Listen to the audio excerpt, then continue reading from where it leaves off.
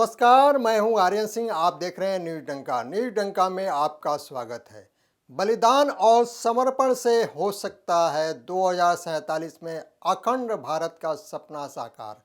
राष्ट्रीय स्वयंसेवक संघ के सरसंघ चालक डॉक्टर मोहन भागवत ने अखंड भारत दिवस के मौके पर नागपुर में आयोजित एक कार्यक्रम में कहा कि वर्ष 2047 तक अखंड भारत होगा।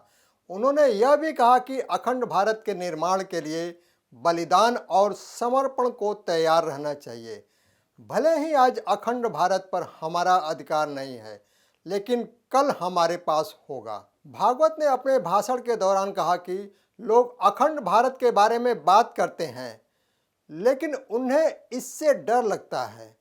अगर इसे हटा दिया जाए तो यह अखंड भारत बन जाएगा। भारत की स्वतंत्रता के 75 वर्ष पूर्ण करने पर संघ और हिंदू संगठनों के माध्यम से एक बार फिर अखंड भारत के विषय पर चर्चा शुरू हो रही है। लेकिन वास्तव में अखंड भारत क्या है? प्रांत कहां से आता है?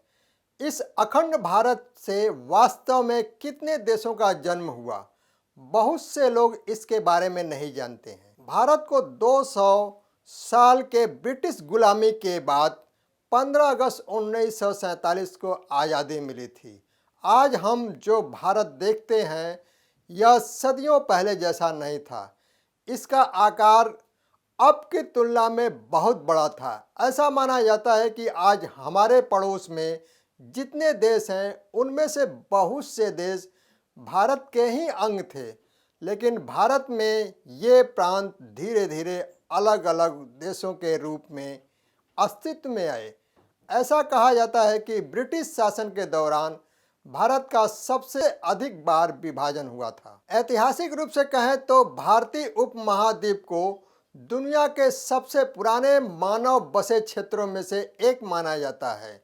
यह देश पहले ऋषियों के देश के रूप में जाना जाता था। इनमें मुख्य रूप से फ्रांसीसी, डब, कुर्द, यवन, ग्रीक और ब्रिटिश आक्रमणकारी शामिल थे।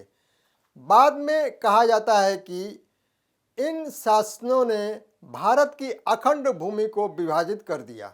भारत अब तक 24 बार विभाजन हो चुका है। जैसा कि अखंड भारत की अवधारणा को मानने वालों का दावा है, अर्थात अखंड भारत से 24 राष्ट्रों का निर्माण होने का दावा किया जाता है। पुराणों के अनुसार जम्मू, प्लाच, साल, कुश, क्रौंच, शक और पुष्कर नामक पृथ्वी पर 7 द्वीप थे।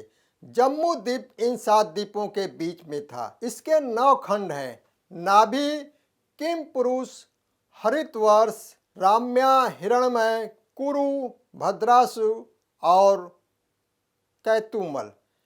इन 8 महाद्वीपों के बीच की नाभि को अजनाभा खंड कहते हैं, जिसे बाद में भारत के नाम से जाना जाने लगा। कहा जाता है भारत का नाम चक्रवर्ती सम्राट भरत के नाम पर रखा गया था, जो महाराजा नाभि के पुत्र ऋषभदेव के पुत्र थे। कहा जाता है कि प्राचीन काल में भारत की सीमाएं ईरान में हिंदू कुश पर्वत, अफगानिस्तान से लेकर अरुणाचल तक और कश्मीर से लेकर श्रीलंका, म्यांमार, थाईलैंड और इंडोनेशिया तक फैली हुई थी। यही नहीं, ईरान और अफगानिस्तान कभी भारत का हिस्सा थे।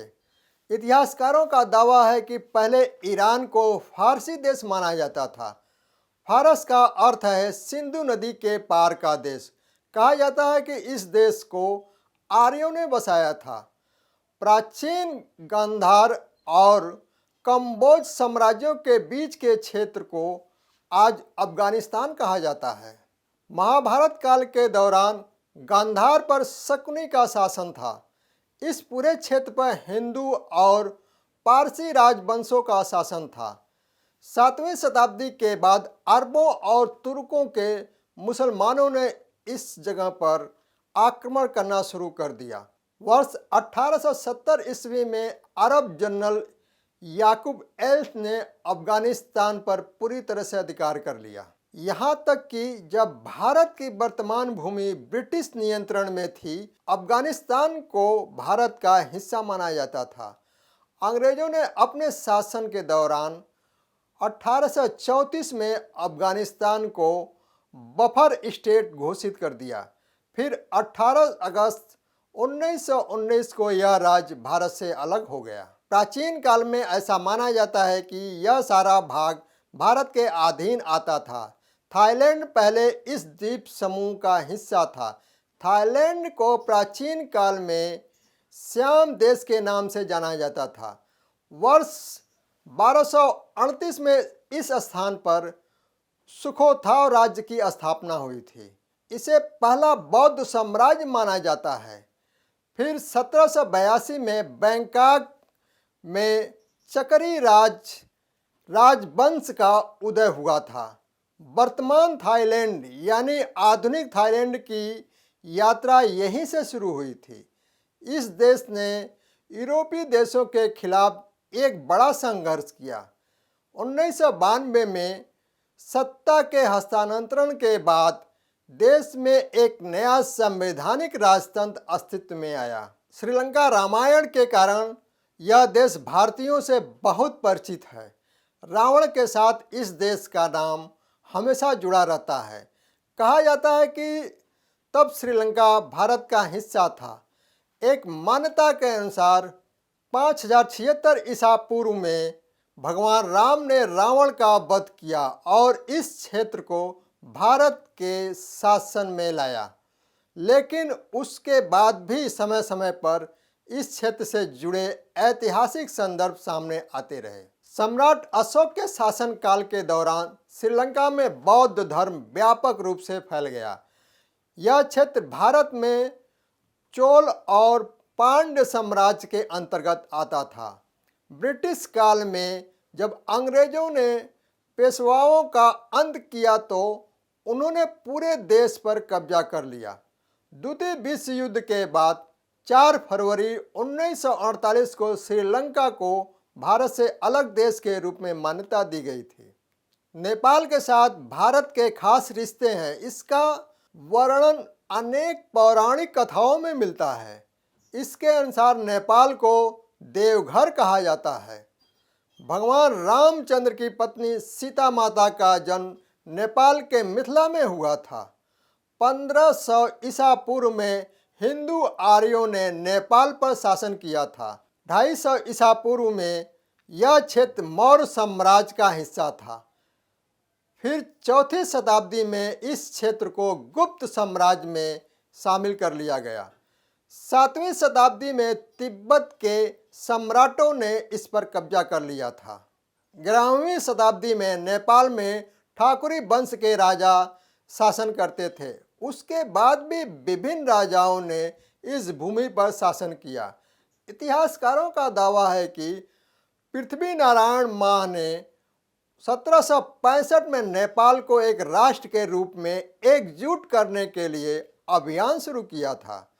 उन्होंने मुख्य हिमालय के चारों ओर 46 से अधिक संस्थाओं और राज्यों को एकजुट किया और 1768 में इन बिखरे हुए राज्यों को एक आम पहचान दी। इस क्षेत्र को आज नेपाल कहा जाता है। 1904 में नेपाल को एक स्वतंत्र देश के रूप में मान्यता दी गई थी। Nepal, Bhutan, Tibet, Bangladesh, Pakistan, Myanmar, Malaysia, Singapore, Indonesia, Cambodia और वियतनाम आदि प्राचीन भारत के अभिन्न अंग थे। तो दोस्तों, यह वीडियो कैसा लगा? लाइक, शेयर, कमेंट और हमारे YouTube चैनल को सब्सक्राइब करें। धन्यवाद।